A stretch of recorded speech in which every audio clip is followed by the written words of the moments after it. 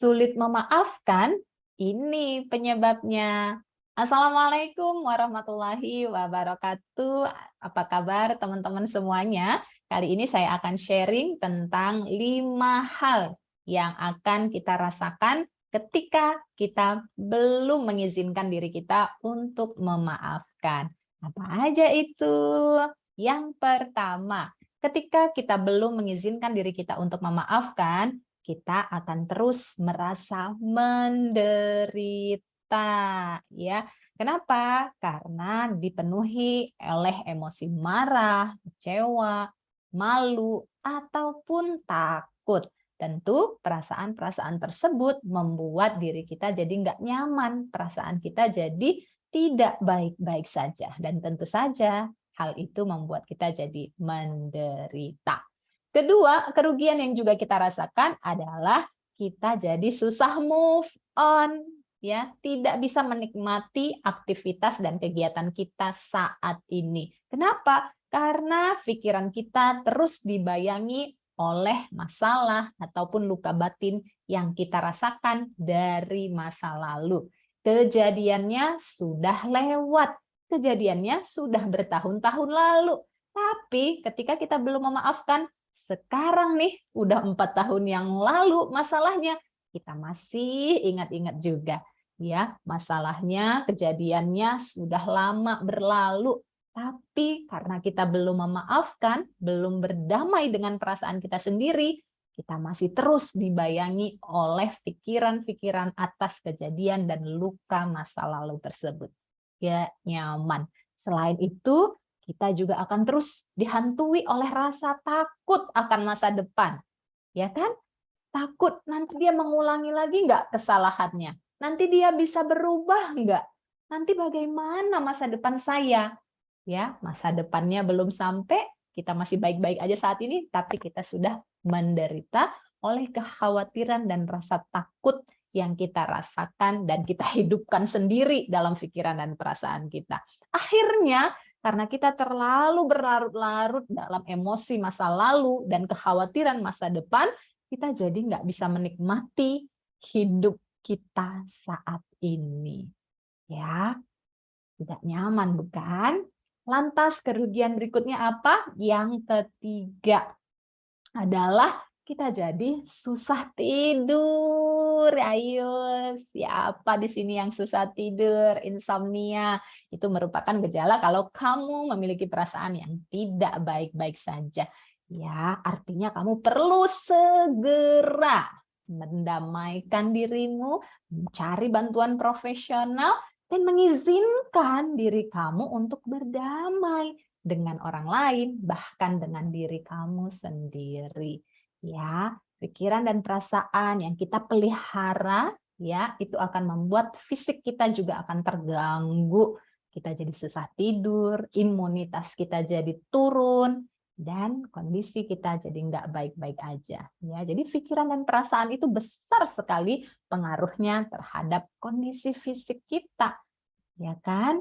Jadi penting ya untuk kita menyadari bahwa tidak memaafkan itu merugikan diri kita sendiri. Yang keempat, kemudian kita jadi relasinya jadi nggak baik-baik aja. Kalau pikiran dan perasaan kita masih dipengaruhi masa lalu, masih dikhawatirkan masa depan, tidak menikmati masa kini, akhirnya itu akan mengganggu mood dan emosi kita saat ini, sehingga efeknya mempengaruhi relasi kita dengan orang-orang sekitar. Relasi dengan anak jadi terganggu, relasi dengan pasangan jadi terganggu, bahkan relasi dengan keluarga dan orang-orang sekitar jadi terganggu. Gampang baperan, ya kan? Sensitif, merasa takut, padahal mah orang lain tidak berpikir macam-macam tentang kita. Kita yang berpikir macam-macam tentang mereka. Masya Allah. Ya kan? Kenapa bisa terjadi seperti itu? Karena kita dihantui oleh perasaan-perasaan negatif dari kita sendiri. Sesungguhnya orang lain di luar kita adalah cermin dari apa yang kita pikirkan, apa yang kita rasakan, kondisi dalam diri kita. Ya kan? Maka kalau kita ingin melihat orang lain dengan penuh kebahagiaan, penuh sukacita, penuh rasa sayang, hadirkan terlebih dahulu perasaan itu di dalam diri kita. kita juga perlu loh menyayangi diri kita, merasa bahwa diri kita berharga, merasa bahwa diri kita itu layak dicintai, layak disayangi, berharga. Sehingga kita akan juga mudah merasakan cinta, perhatian, kasih sayang orang-orang di sekitar kita. Ya, kemudian yang kelima, membuat kita jadi nggak bahagia. Tidak memaafkan itu membuat kita jadi tidak bahagia. Gimana mau bahagia? Yang dipikirin negatif, yang dirasakan negatif. Ya senyumnya juga jadi hilang, ya. Maka ya kondisi tidak memaafkan itu merugikan diri kita sendiri, dan itu perlu benar-benar kita sadari supaya kita mengizinkan diri kita untuk memaafkan. Memang tidak mudah, ya kan? Karena belum tahu ilmunya.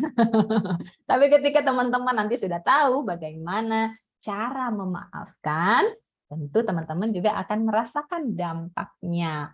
Bagaimana cara memaafkan? Ya, sebelum kita ke cara memaafkan, teman-teman harus tahu dulu apa pengertian dari memaafkan.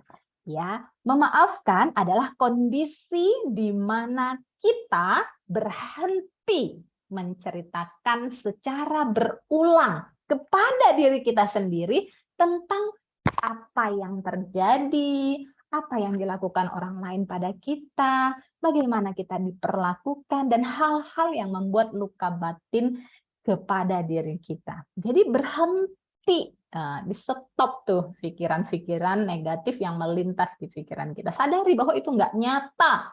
Jadi perlu kita bedakan antara diri kita dengan pikiran kita. Diri kita dengan emosi kita itu berbeda. Ya kan? Jadi sadari bahwa pikiran kita itu bukanlah kita. Jadi kita bisa mengkontrol pikiran kita. Perasaan kita itu bukan terpisah dari kita. Kita bisa mengendalikan perasaan kita. Ya kan? Nah, jadi kondisi di mana kita sudah memaafkan artinya kita sudah berhasil nih menghentikan ataupun membatasi pikiran-pikiran negatif yang melintas di diri kita. Perasaan-perasaan negatif yang menghantui perasaan kita, kan? Nah, kalau teman-teman sudah mengetahuinya, maka tentu teman-teman perlu mengizinkan dirinya untuk memaafkan. Nah, bagaimana Bu Sukma cara untuk memaafkan supaya saya damai hatinya, tenang jiwanya, bisa bahagia, semakin baik hubungannya dengan pasangan, dengan anak-anak, dengan keluarga besar, dengan masyarakat, dengan teman-teman. Duh, pengen deh.